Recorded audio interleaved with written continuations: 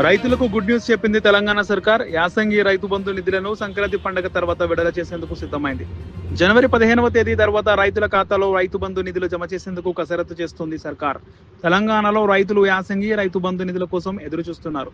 గతంలో సీఎం రేవంత్ ఒక సభావేదికగా త్వరలో రైతులకు రైతు బంధు నిధులను విడుదల చేస్తామని ప్రకటించారు. ఈ నేపథ్యంలో ప్రభుత్వం ఆ దిశగా అడుగులు వేస్తున్నట్లు కనిపిస్తుంది. అర్హులైన రైతుల ఖాతాలో నగదు జమ చేసేందుకు కసరత్తు చేస్తుంది. ఈ నేపథ్యంలోనే డిప్యూటీ సీఎం బట్టి విక్రమార్క రాష్ట్ర సచివాలయంలో రైతు బంధు సబ్ కమిటీ సమావేశం నిర్వహించారు. అర్హులైన రైతులు తమకు రైతు బంధు అందలేదని ఇబ్బంది పడకుండా నగదు పంపాలని అధికారులకు ఉప ముఖ్యమంత్రి దిశానిర్దేశం చేశారు. ఈ క్రమంలోనే ప్రజాప్రభుత్వం రైతు బంధు ఇచ్చేందుకు కట్టుబడి ఉందని బట్టి విక్రమార్క తెలిపారు. రాష్ట్ర ఖజానాపై ఎంత భారం పడినా, ఆర్థికంగా ఎన్ని ఇబ్బందులు ఉన్నప్పటికీ చెప్పిన మాట ఇచ్చిన హామీని నెరవేరుస్తూ ముందుకు వెళ్తామన్నారు. సచివాలయంలో జరిగిన సబ్ కమిటీ సమావేశానికి చైర్మన్ బట్టి విక్రమార్కతో పాటు మంత్రులు, కమిటీ సభ్యులు తుమ్మల నాగేశ్వరరావు, శ్రీధర్ బాబు, పొంగులేటి శ్రీనివాస్ రెడ్డి పాల్గొన్నారు.